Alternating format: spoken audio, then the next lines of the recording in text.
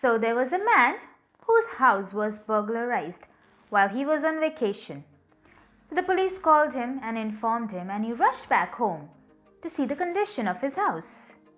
After a few days, he had to give a testimony in the court about what he saw there. And he testified under oath that he saw a strain of candle wax on the second floor. He saw his large mantel clock covered in paper, wrapped in paper, which was left behind by the thief on the dining table. And he also thought that the thief entered his house through the basement window. This man was very confident of his recollections because he was a scientist and a psychologist. But was he right? Watch this video till the end to find out. Hi, this is Shiny and welcome to the Psych Spod. So, it turns out that after the investigation, they found out that he was actually wrong and there were many flaws in his testimony. What were these flaws? Like I said, I will share with you at the end of this video.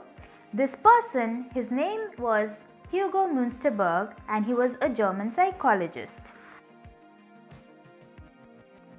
And he realized that the traditional view of memory, which was that our brain records events and then stores them in mental folders in our brains, just like how a computer stores folders, is actually not how the human memory operates.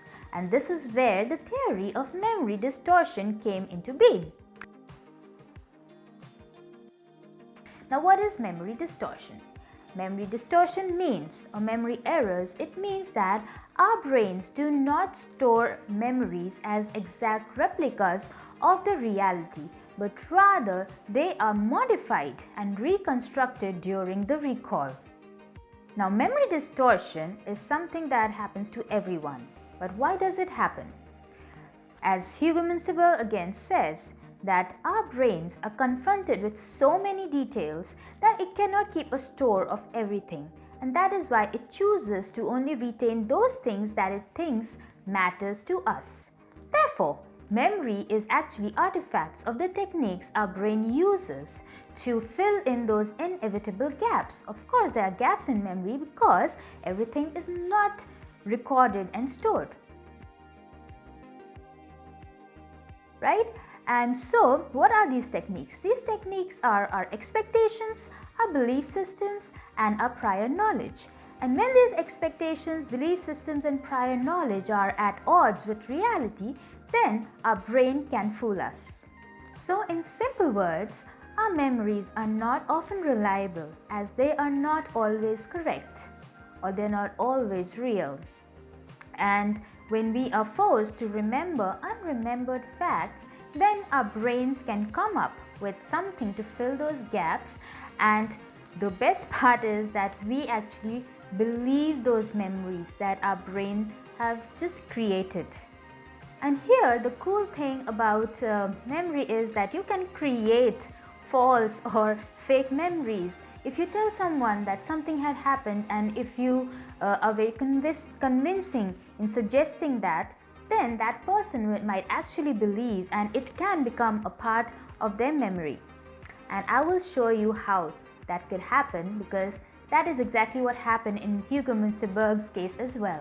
And coming to Hugo Münsterberg, like I promised, I'll tell you what were the errors in his testimony and how it showed and made him realize that memories are not exactly how we think they are. But actually through this incident, he realized this theory or the concept of memory distortion about the gaps that happen and how our brains are so susceptible to creating memories and creating errors in our memories.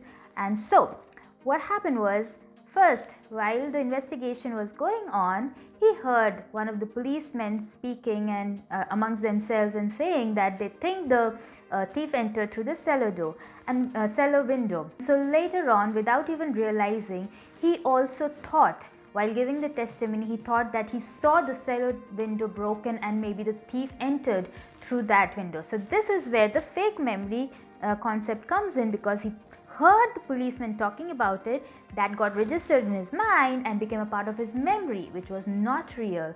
Actually, during the investigation, the police found out that the thief had opened the main door lock and entered through the main door.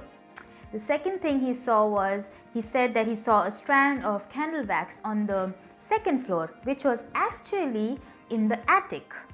And the third thing was, he said that he saw his large mantle clock covered in wrapping paper, which was left on the dining table, but in reality it was covered in a tablecloth.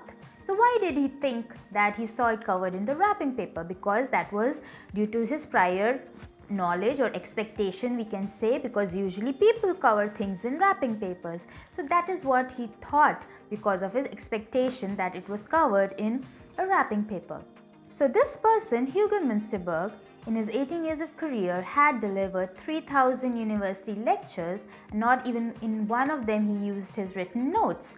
He did it all with his memory, and yet his brain managed to betray him. His memory managed to betray him.